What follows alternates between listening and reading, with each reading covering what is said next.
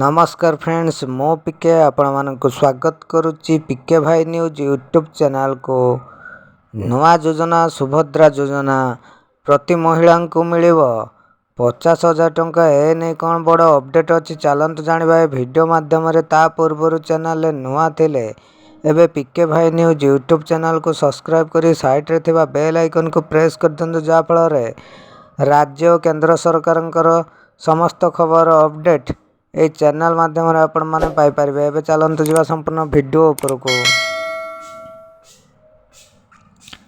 राज्य बीजेपी निर्वाचन इस्ताहार संकल्प पत्र उन्मोचित होईची। भुवनेश्वर बीजेपी राष्ट्रीय सभापति जेपी नड्डा संकल्प पत्र उन्मोचन करिसंती। ओडिशा पाई मोदी ग्यारंटी नारे संकल्प पत्र उन्मोचन करिछि बीजेपी। विकसित ओडिशा पाई राज्य बीजेपी 21 संकल्प।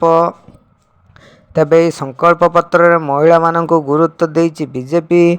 2024 ओडिशा रे भारतीय जनता पार्टी सरकार को आसिले महिला मानक पाई सुभद्रा योजना आरंभ करिवो बोली संकल्प पत्र रे प्रतिश्रुति देइछि।